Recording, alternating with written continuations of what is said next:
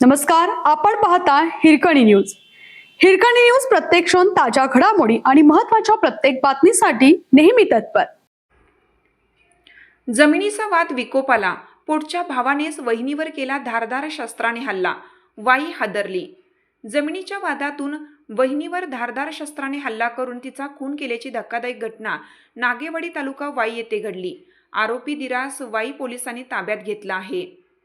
गीताबाई चंद्रकांत यादव, राहणार नागेवाडी, असं मृत व्यक्तीचं नाव आहे.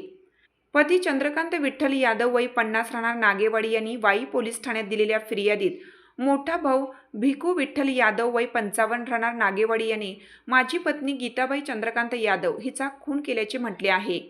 घटनास्थळावर व पोलिसांनी दिलेल्या माहितीनुसार वडिलोपार्जित शेतजमिनीच्या विक्रीवरून कुटुंबात मागील काही दिवसापासून वाद सुरू होता. आरोपी भिकू यादव हा वारंवार जमीन विकून टाकण्यासाठी दबाव टाकत होता. मात्र फिर्यादी व त्यांच्या पत्नीने जमीन विकण्यास साफ नकार दिल्याने आरोपी संतप्त झाला होता. 28 एप्रिल 2026 रोजी सकाळी 9 वाजण्याच्या सुमारास आरोपी पुन्हा घरात आला.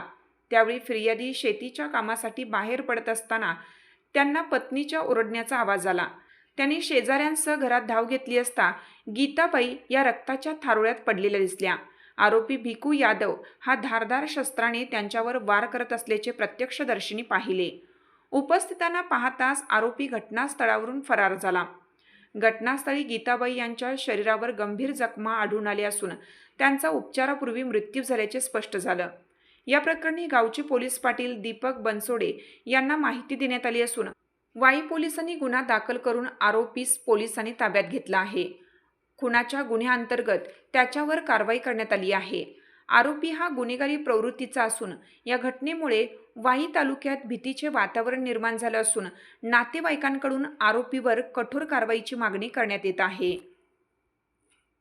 आपल्या हिरकणी न्यूज चॅनलला लाईक करा, शेअर करा आणि सबस्क्राईब करायला विसरू नका आणि रहा अपडेट.